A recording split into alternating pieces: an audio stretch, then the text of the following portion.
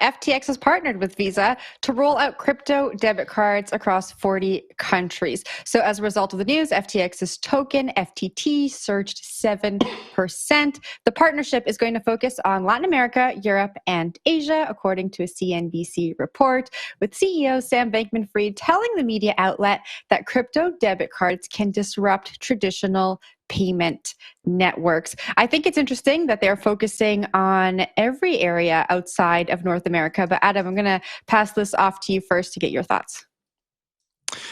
So first off, the word kind of partnership always jumps out at you. It seems like there's probably more credibility here than there is with a lot of the partnerships that you see in the world of crypto, but it's just worth noting that sometimes what one company says is a partnership is not actually so much a partnership, so much as a standard commercial relationship.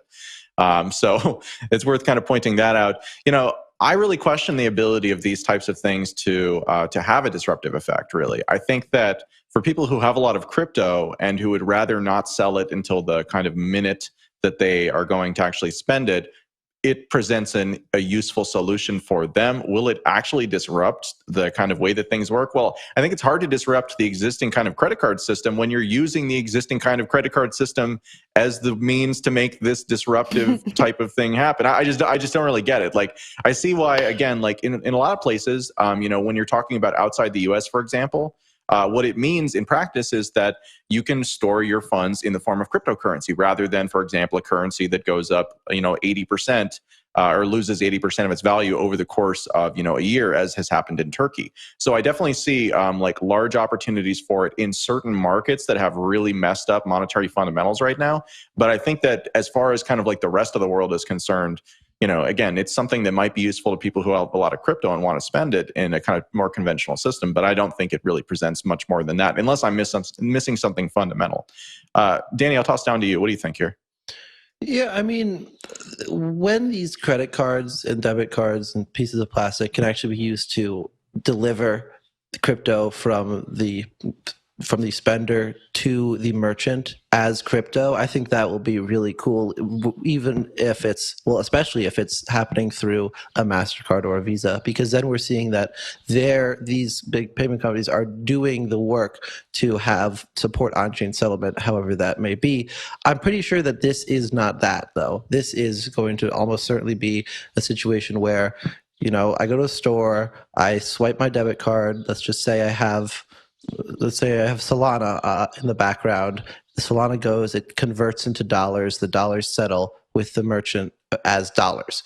So the merchant doesn't need to know or care what I'm paying with because the merchant gets dollars. Now, from a adoption standpoint, that's a lot more feasible than saying I have a crypto credit card that will pay you in crypto and therefore will only be accepted by people who want to be paid in crypto. But from a moving the ball forward perspective, all it is all this debit card is going to be is like an instant cash out mechanism in your wallet, which is, I guess, handy if you really want to just spend your crypto out and about, but it's not that cool, and it's not really moving the ball forward or disrupting anything, at least not in my book. Yeah, I'm with you on that. I'm kind of bearish on, crypto debit cards. We've seen them out for a while. The adoption isn't especially notable. I think the stuff that is notable is the stuff that is, nice value adds, right? Say this is denominated in USDC or something, and there's some additional yield that you'd be able to get that is not going to be available to you through a traditional savings account, though that may be changing given the current macroeconomic condition. But it is, I think, unless there's some nice value additive thing, the idea of having a card for you to spend your crypto, be it through FTX, be it through the Coinbase card, be it through any number of the competing alternatives out there in the market, hasn't really seen, to my knowledge, a ton of user uptick. There's still, especially in the US, a lot of issues around how you tax these purchases, right? Those implications are significant, and I think that's why we're seeing that this isn't being rolled out in North America, right? This is being rolled out elsewhere. So from the US perspective especially, this has been a thing that's sort of been out there, but hasn't been especially embraced by the greater community, even among the crypto diehards. Jen, I saw your hand. Adam, I also saw yours. I'm going to toss it to Jen, and then hopefully she'll toss it to you. Yeah, I was a little excited about this story, guys. And because they said they're going to focus on the Latin American American market. And it made me think about the Lemon Cash card, which Argentinians are using. I don't have the exact number, but every time I read about this Lemon Cash card, more and more Argentinians are using this because inflation is through the roof in Argentina. I think the last time I read it was over 50%, and people are able to hold on to a bit of their wealth in crypto and then go out and spend that crypto for everyday goods. And so I can see how this would be a benefit rather than a novel idea in countries like that. And so I'm excited that they're focusing on Latin America with this card, and hopefully they can offer another solution and an alternative to Lemon Cash for the people down there in Latin America. Adam?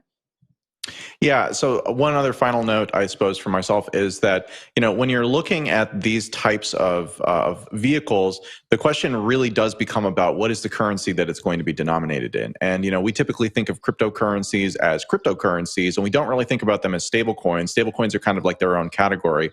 But I think that stablecoins in the world today are going to become and are already becoming increasingly important parts of sort of how the world moves money and also how the world saves money. The inflation that we're talking about that's happening mostly outside of the US, although we do certainly have inflation here, but comparably speaking, the US dollar is like the least worst option.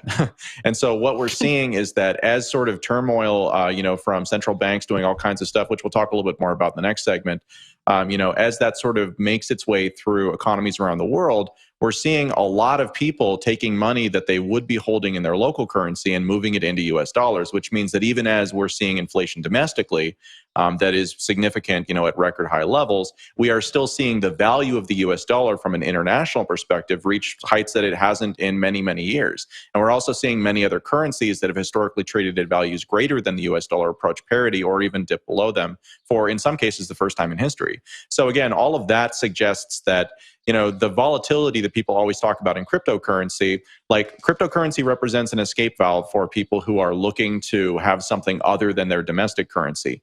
And if these types of payment mechanisms, especially if they can be stored in US dollar denominated tokens like USDC or Tether, those seem like that is really providing a meaningful function. Now, the question I think becomes, well, at a certain point, once you get to a certain level of instability, do these systems even work anymore, right? Like, does the credit card infrastructure in the country still function on a reliable basis?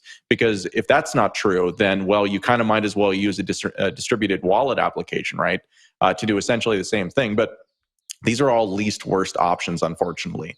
And just in general, it's a real rough time to be doing any of this stuff. So I think that anything that can help towards those does represent a net positive. And then my final comment is that this also represents one more step down the road to boring that I like to talk about on this show and every other show, which is where cryptocurrency is just not exciting anymore in the way that it was 5 years ago when it was new and it was scary. And now we're talking about, Visa and MasterCard, in countries around the world, and like countries adopting stuff and like all kinds of crazy stuff like that, that again, if you asked a traditional economist 5 years ago, they would have said, no, none of that will ever happen. And yet it has, and it is. Anybody have final comments on this one before we move on? Road to boring. Love it. After that, what will all the crypto people do? That's the big question. Eternal Will life we still science, have a job? crazy, weird frontiers of biohacking. What will be the next exciting thing? It's for you to decide. Drop it in the comments. Anyway, just kidding.